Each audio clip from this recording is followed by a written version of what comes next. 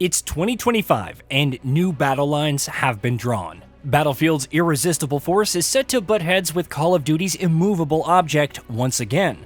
Both are first-person shooters and known entries in the popular genre of warfare gaming. Except this year, Battlefield is primed to punch holes in COD's weakening armor, as pre-release conversation is shaping Battlefield 6 as a COD killer. We have been here before though, right? In 2013, skirmishes erupted into full-scale war as Battlefield 4 challenged Call of Duty Ghosts. DICE's efforts were great, and 4 retained its pedigree as one of the best games in the genre. 2 years later, Battlefield 1 marched into Infinite Warfare's territory. It briefly won the hype war, but couldn't keep up with COD's locomotive power, relentlessly streaming a train's worth of content on infinite players' tracks. Battlefield stumbled with the sci-fi themed 2042, but along with the absolutely awful Vanguard, it was a tie. So what's different this time? Well, on the surface, Black Ops 7, while ambitious, feels overloaded with ideas, whereas Battlefield 6 is laser-focused, set to deliver an accessible back-to-basics experience that can gratify veterans and casuals alike. Alone, is this enough for Battlefield 6 to destroy Call of Duty Black Ops 7?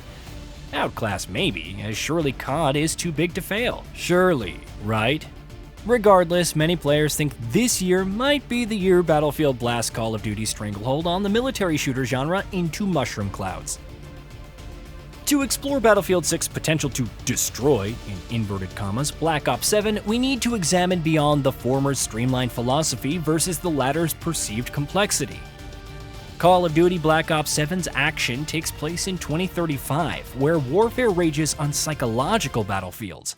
Black Ops 2's David Section Mason returns to lead an elite JSOC unit in a mission spanning both the globe and the darkest reaches of his squad psyche. When his team explores a soldier's mind in a shared reality, floor tiles ripple like tidal waves and highways spiral into the sky. These sections borrow visually and thematically from Christopher Nolan's 2010 movie Inception, and together with towering boost jumps, bubble shields, and more wall sprinting omni movement than ever, the series demonstrates a near-total dismissal of grounded realism in favor of Hollywood pizzazz. There's sentiment amongst fans that, despite the sub-series often dipping into the surreal throughout its history, the suspension of disbelief required to enjoy Black Ops 7 might be too great. However, if the shooting is good, if its locations are well designed, and if the story is engaging despite its lofty premise, is a little Inception-style reality bending such a problem?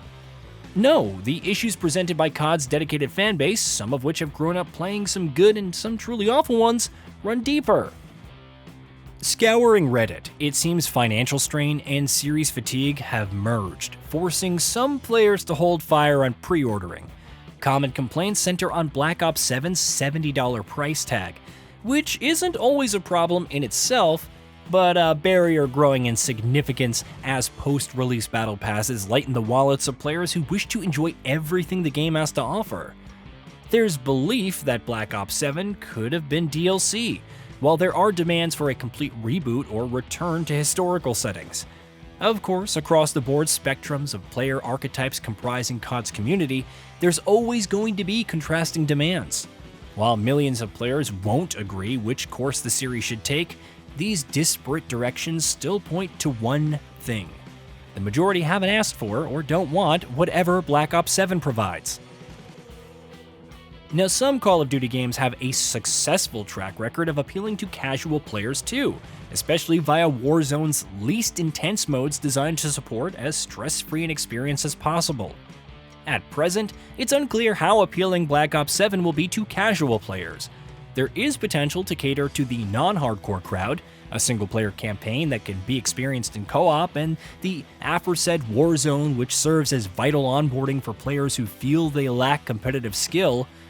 However, with numerous loadout options, combat specialties, a suite of field upgrades, tactical and lethal items, and weapon builds, plus multiple multi-layered progression systems across operators and armories, there's an overwhelming amount of stuff casual players need to wrap their heads around, all the while potentially proving more difficult given the series' full-scale assault into sci-fi territory.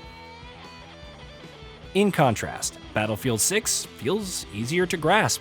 It's grounded, near modern-day settings, supports gritty realism, while more focused level design and enhanced destruction systems reinvigorate the cinematic spectacle lost in 2042's dystopian vision.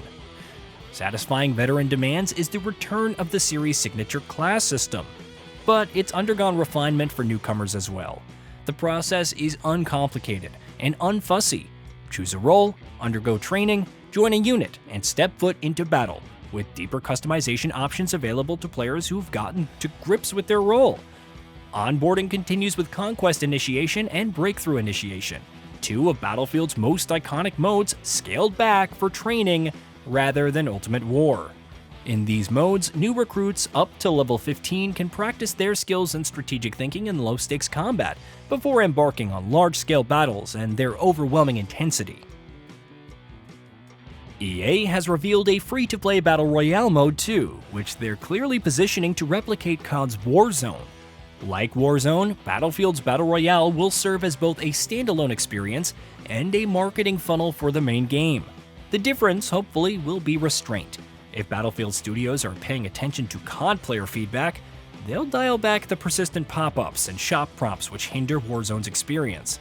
Those ads don't just break immersion, but aggressively push players to spend to the point of frustration. Battlefield 6's design philosophy reflects trends that have emerged across the gaming industry. Players are craving immediacy over bloat. They desire concentrated experiences which center on core mechanics. They want technically polished experiences that use innovation to support gameplay and heighten immersion. Battlefield 6 feels tuned to this energy, whereas Black Ops 7 seems to stray too far in the opposite direction.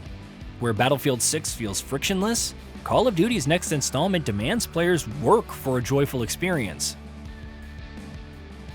There's no denying Black Ops 7 may sell, and maybe in greater numbers than Battlefield 6, but its loyal players who purchase every 2 years or so might find their autopilot disengaged come the year's end. If Battlefield 6 nails its onboarding, there's a chance it'll pull in casual players who would have otherwise bought COD day one. If it perfects its COD-style infantry-only battles, it might retain those players who have jumped the fence. If it satisfies the hardcore FPS crowd while still prioritizing gameplay for casuals, then, and only then, does it stand a chance of usurping Call of Duty. In short, Battlefield 6 needs to get a lot of things right over a long period in order to truly destroy Call of Duty in the future as well. Crucial to its future is its Battle Royale mode, which needs strong numbers to support EA's intent for cross-promotion. And if they get it right, Battlefield may be able to compete with Warzone. Battlefield 6 might prove to be the better game creatively, technically, and critically, and despite Black Ops 7 looking like an irresistible force and an immovable object too strong, DICE may very well have a strong case this year. Hey, did you know that we at GamingBolt upload new videos every day? Stick around, drop a like, subscribe, and hit that bell. And let us know what kind of content you'd like to see in the future with a comment below.